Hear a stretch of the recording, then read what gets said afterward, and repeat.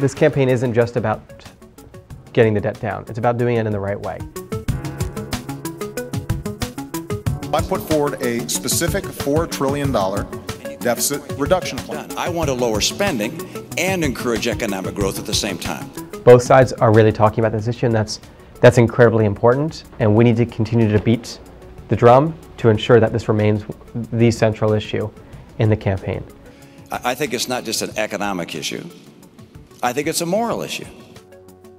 The president actually has a very specific plan. It's on the website. You can look at all the numbers. That includes mainly tax increases, but also a lot of spending cuts, including in the healthcare arena, that would put the debt on a stable path.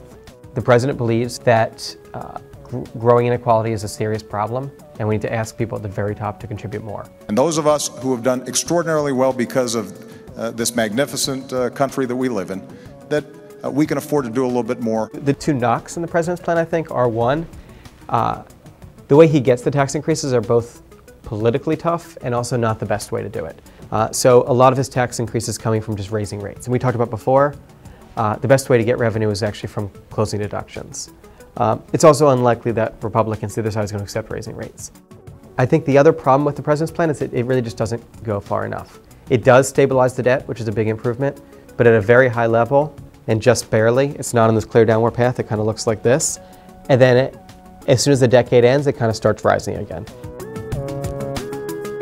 I have my own plan. Governor Romney is talking a lot more about the long-term stuff. Governor Romney has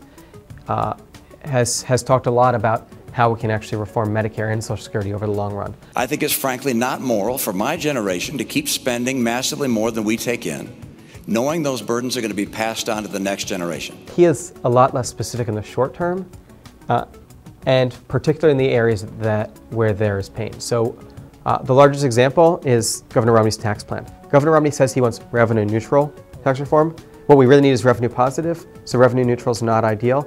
But what makes it worse is he's very specific on what parts of the tax code he's going to cut. Everyone's going to get 20% across the board rate cuts. So the top rate's going to go from 35 to 28, the bottom one from 10 to 8. The estate tax is going to go away. No one below $250,000 is going to pay any capital gains tax. He's very specific in his cuts.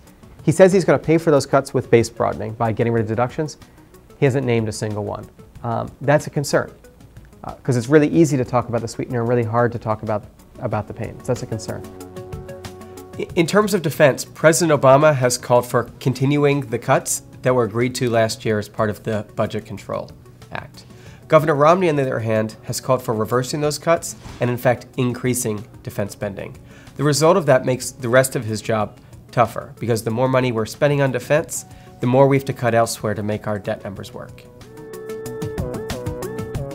At the end of the year, we have this fiscal cliff, which presents a real challenge that can throw us in a recession, but it also presents an opportunity for the parties to come together, whoever is president, and reach a deficit reduction plan.